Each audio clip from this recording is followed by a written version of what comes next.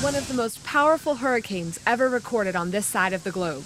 Tonight, Patricia is sweeping across the Mexican coast, bringing torrential rains and dangerous winds.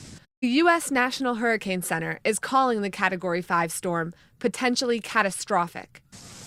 As these scenes from Muckerman, Mexico show, tens of thousands of people were evacuated ahead of the raging storm surge and powerful winds. This was once a placid beach in the resort town of Puerto Vallarta. Now, the palm trees bend in half, like flimsy twigs in the aggressive wind. Many tourists here had to cut short their vacation. We were evacuated from our hotel this morning for the hurricane. We came to this convention center, and then they said that it's not a safe place. Others, like David McElveen from Washington, D.C., chose to weather the 165-mile-an-hour winds. We rented a villa for the week, and everything else in the town has been closed. We feel safe where we are. I think we're all a little bit more concerned about what happens afterwards and what the town could look like and how we could get out of here after the storm. Mexican President Enrique Peña Nieto said he didn't want to strike fear in residents of the country's western states, but he called on all Mexican people to remain vigilant. I asked the Mexican people to be watchful over the coming hours for information from government officials about Hurricane Patricia.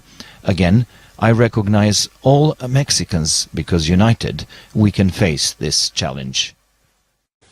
And the White House is promising to help Mexico. We are indeed closely monitoring the storm and are in close communication with the government of Mexico.